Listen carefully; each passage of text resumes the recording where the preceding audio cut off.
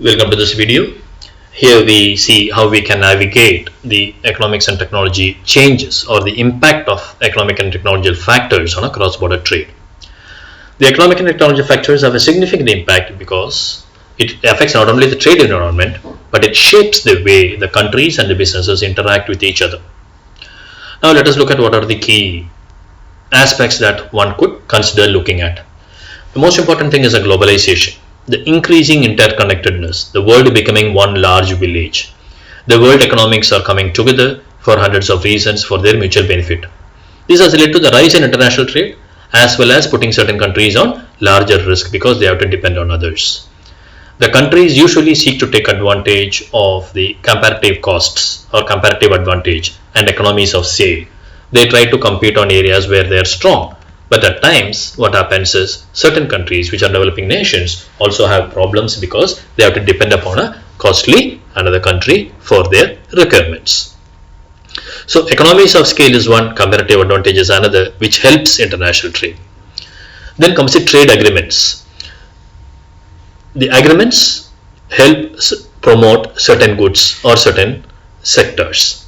The tariffs help or hinder movement of certain goods or services across the borders. The quotas allow only certain portion of the trade to happen. So they either facilitate or hinder the tariffs, the trade and the quotas. Then comes the currency fluctuation. Because tariffs are considered sometimes as a trade barrier, while quotas are considered sometimes as a trade facilitation on a limited level, while trade agreements encompass both.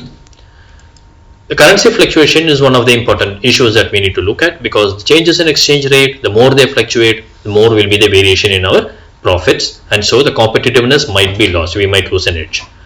Then comes the economic growth of the country. If the economy of the target market is not growing adequately and if there is only inflation, then the goods will not provide enough profit for the exporter.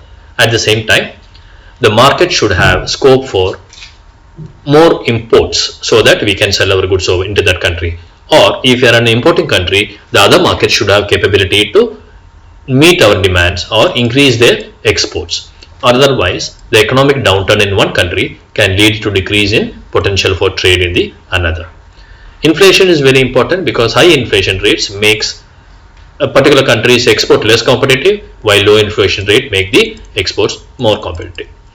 Looking at technological factors, the most important is digitization or digitalization. So what is digitization or digitalization? This is increasing use of digital technologies, maybe e-commerce platforms, maybe online sales or open banking or embedded methods of paying or buying. This digital payment system has made it easier for the businesses to engage in cross-border buy and sell activity. Then comes the transport technology or the logistics, the way in which the shipping company or the airlines or the trucks carry your goods across the border. The advances are in the form of containerization or air freight, which has better technology today, more safety, more informative, and this has reduced the cost and increased the speed of movement of the goods and services. Then comes the communication. Now, Internet of Things, mobile phones, video conferencing, all these things are certain ways in which 25 years ago people would not have imagined. And in the next 25 years, we will have growth 10 times faster than what we had in the last 25 years because technology grows on a geometrical progression basis. Then comes the data analytics.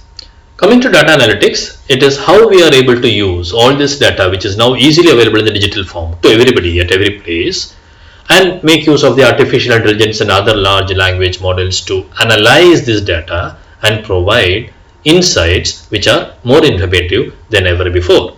So the management information systems has undergone a paradigm shift into an AI-based, data analytics-based, data-driven decision-making systems. So we are able to optimize the supply chain and make informed decisions on how to route and reroute the direction of our market. Most important aspect is the cybersecurity because the data breaches are common today.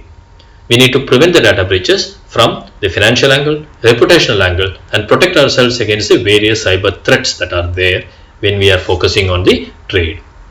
Let us also look at the impact of the trade environment.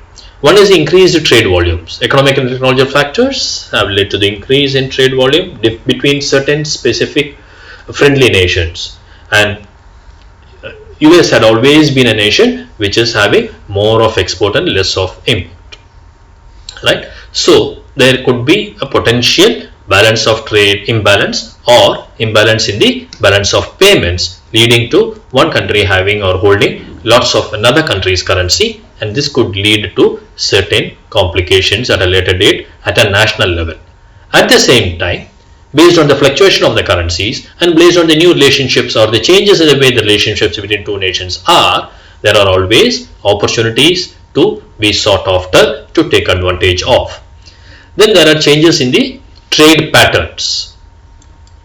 The changes in the trade patterns are from the economic angle or from the technology angle, and these help certain countries and does not help certain other countries. So the third world countries or the emerging economies should try to take advantage of, because in certain countries they experience growth in trade while in some other there could be decline.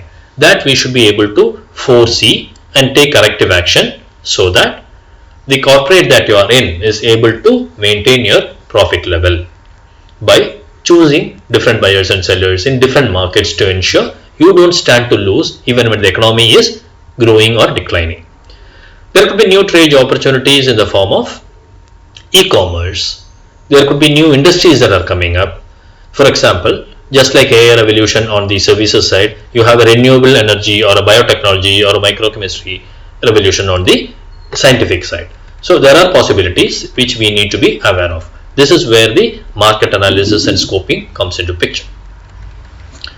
Increased competition is also one factor that we need to keep up with. If the competitor companies are adopting technology and they are going ahead, and we as a company do not go into using of the latest technologies, then we may have a situation that we will lose certain markets and opportunities, because as the businesses seek to take advantage of technology, the leaders will get more business than the laggers. One of the pain points is the trade dispute between nations that prevents further trade from happening. There, the countries and businesses seek to protect their own interests, and this protectionism has certain problems for both the countries and the nations. So the complexities are there, the regulatory concerns are there, the patriotic concerns are there, and commercial concerns are there, and so any entity doing a cross-border trade need to be sensitive to these aspects. The key takeaways are, or the conclusion is that there are a lot many economic and technological factors that impact the trade in a significant way. The environment in which we conduct the cross-border trade is shaped by the actions by other countries and businesses. So we need to understand this. It is very crucial for us, not only for the government and the policymaker, but for the corporates and the sales planners to understand in which market we will do what and when. And this we can do it easily by taking advantage of the latest technology and analyzing the data. Thanks for watching this video on a cross-border trade. We will come back with another session on cross-border trade.